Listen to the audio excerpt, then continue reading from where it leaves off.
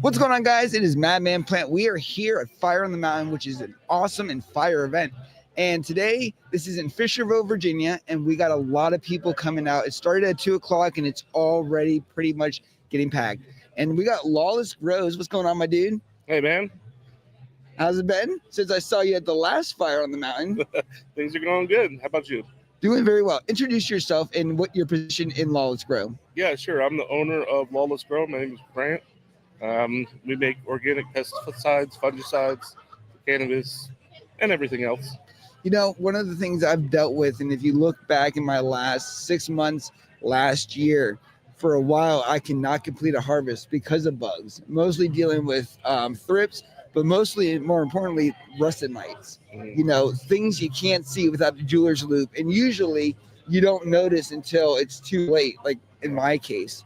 So talk a little bit about how Lawless Grows really protects a grower in that type of situation, and the benefits about one, being organic, and two, being safe.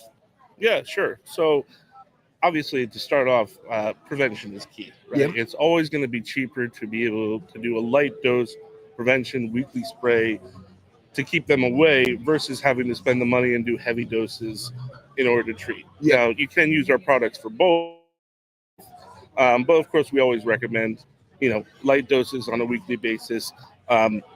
Being organic, the focus really is we're on the lowest end of the spectrum when it comes to pesticides, right? So you got chemical pesticides, and then way at the bottom here, we have our products, which essentially like alcohol and essential oils, which is this one.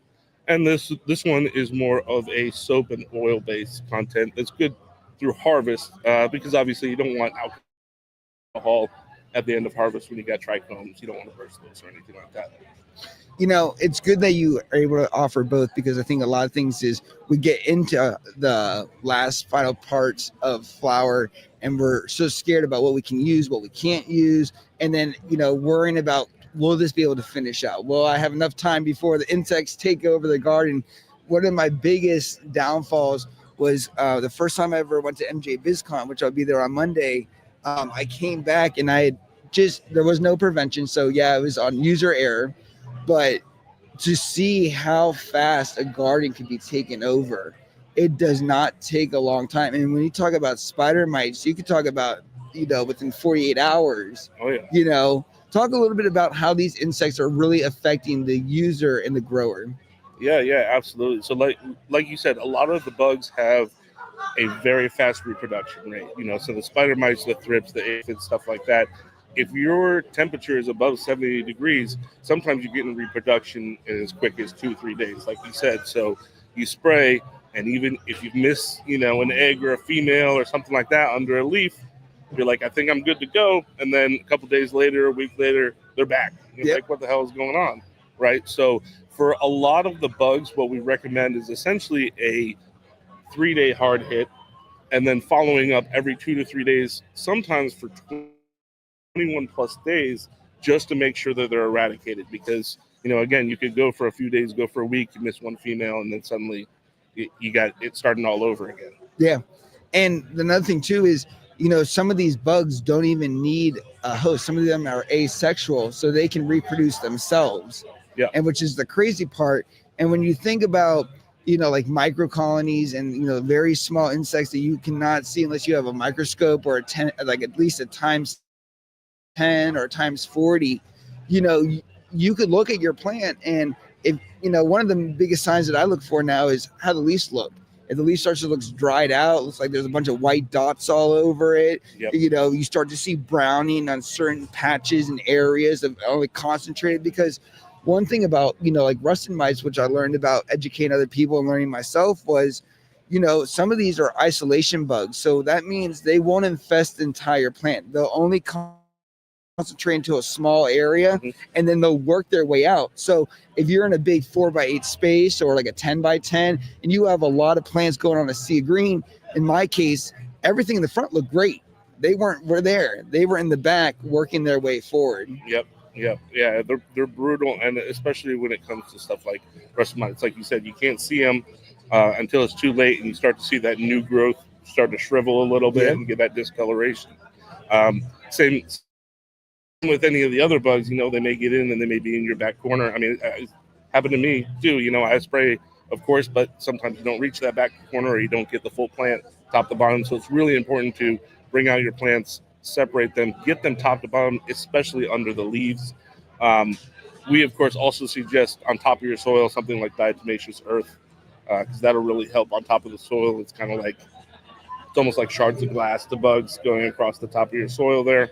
And then, of course, if you're outdoor, the one product that we recommend that's not even our own is getting some sort of BT product that can fight the worms, the caterpillars that really come through, especially here in Virginia. Worms. Yeah, exactly. So you want to be vigilant on alternating that and one of our products. We also have just a pure potassium soap, insecticidal soap. That's fine through harvest as well. Some people prefer to use that if they don't want to use oils or alcohol. We have that option as well.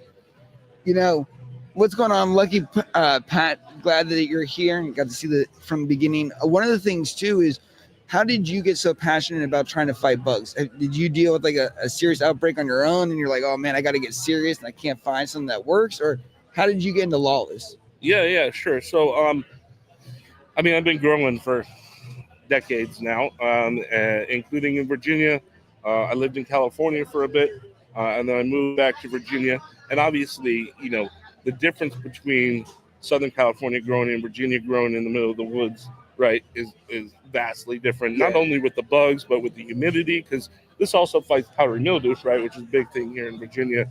So really, I was just a grower that was, mixing my own, essentially. I was making my own potassium soap, and then I just wanted to have a Virginia local alternative that people could have. I just want to make good products for average growers at good prices, right? Because, some of the products out there, the pricing on them is just out of this world.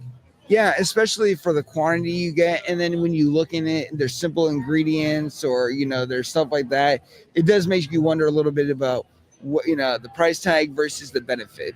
Yeah, absolutely. And also, have an option for small business versus some of the big companies that run everything and own everything. And we just want to make high quality products that growers can use and rely on. Well, one thing I do like about the craft grower is, and I'm not trying to hate on, bigger companies, but I think when you're in the driver's seat as a small business, I feel personally you're able to concentrate on different areas versus a mass production or a mass facility, because they don't know all of their customers. You get to go in and experience your customers, learn from them about what works, what doesn't work, and really help solve a problem, which is a problem that we all, don't want to have. It's easy as your dog, my beautiful dog over here, Honey, going into the grow room, just following me in there. It's as easy as getting a clone from somebody. Mm-hmm. It's as easy as going outside, doing some yard work, or even going outside, sitting on your deck, putting your arm against the banister, going back into your grow room. It's so easy to contaminate. Yeah, if bugs have been known to even write in on shipping boxes. So if you're ordering, nutrients, they can write in on that. They find every inventive way to come in because, let's be honest, you've got a buffet for them in there. Yeah. Right? They're excited about it. It's cold outside. Climate controlled, Exactly. They're like, warm, safe, no predators for them. Exactly. It's a nice, warm, Vegas buffet for them. So you got to make it inhospitable to them. Not only, we have not only attack and prevention, but also the smell. Like, they don't like the smell of peppermint. They don't like the smell of thyme. So it keeps them away. It can also keep other things away. Like, if you got your grow in the garage, mice don't like the smell and taste of peppermint. Same thing with a deer outside. They certainly don't like the smell of peppermint either. So if you be vigilant and you do the weekly spraying, and I alternate, our products and BT outside or just our products inside, it can really help you avoid the headache. That is awesome. What would you say the biggest thing about Lawless Grow that it's different than any other pesticide or organic, pesticide out there? How do you feel that you bring this market a different perspective?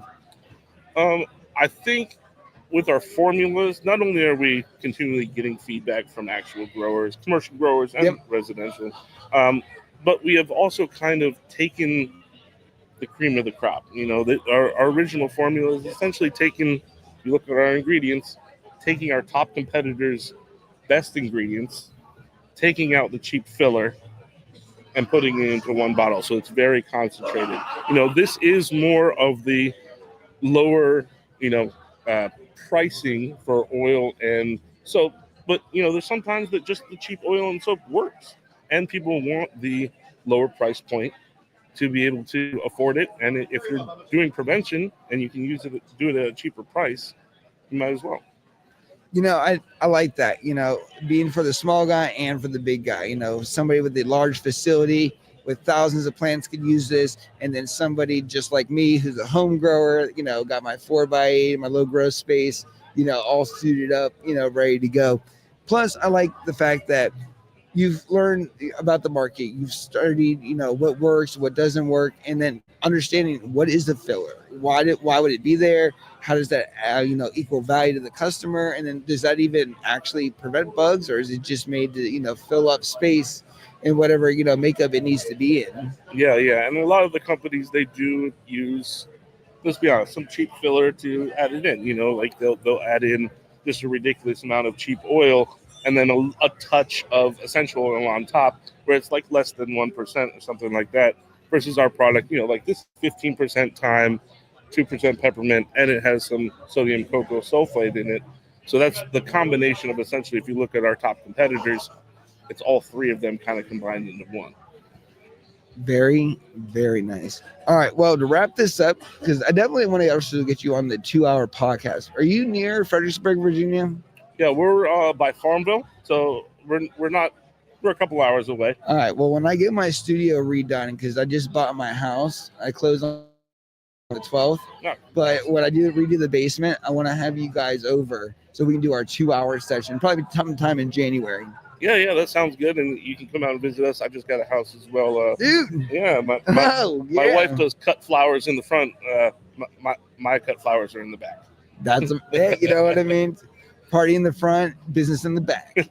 Party in the back, too. Party in the back. Guys, we have more podcasts coming your way here at Fire in the Mountain, and it is going to be a wonderful day. Thank you so much for being here. Where can people find you, and how can we support you? LawlessGrow.com or PlantBodyguard.com. Shoot me a message if you have any questions or concerns. Happy to help out anybody. Let me know what your bug issue is or your mildew issue is. You know, I can give suggestions and help everybody out. Perfect, guys. See you soon. Stay tuned to the YouTube channel because we will be back in just a little bit. Bye-bye.